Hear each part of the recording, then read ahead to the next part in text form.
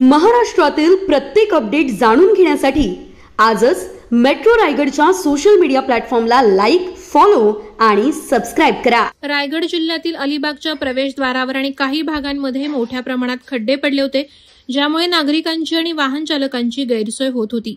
या खड्ड्यांमुळे वाहतूक कोंडी देखील होत होती।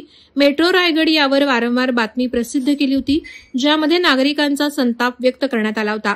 अलिबागचे माजी नगराध्यक्ष प्रशांत मधुसूदन नाईक यांनी वारंवार प्रशासनाला निवेदन केलं होतं, मात्र प्रशासनानं केराची टोपली दाखवली आहे। प्रशांत नाईक यांनी स्वतःच्या खर्चानं रस्ता दुरुस्त करण्याचं काम सुरू केलंय।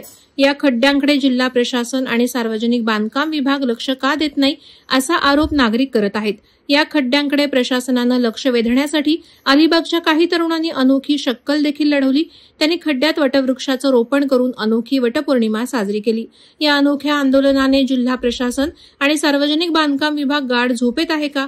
विशेष म्हणजे जिल्हा प्रशासनाचे अधिकारी याच रस्त्यावरून ये जा करतात। ते फक्त खड्ड्यांवर तात्पुरती मलमपट्टी करतात।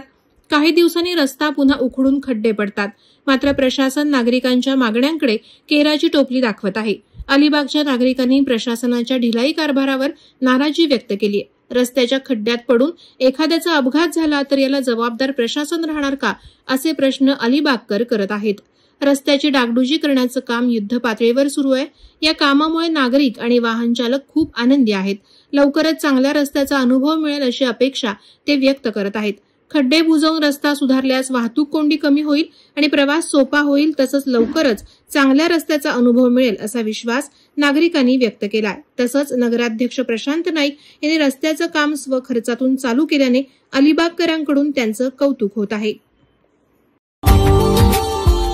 Subscribe now and press the bell icon.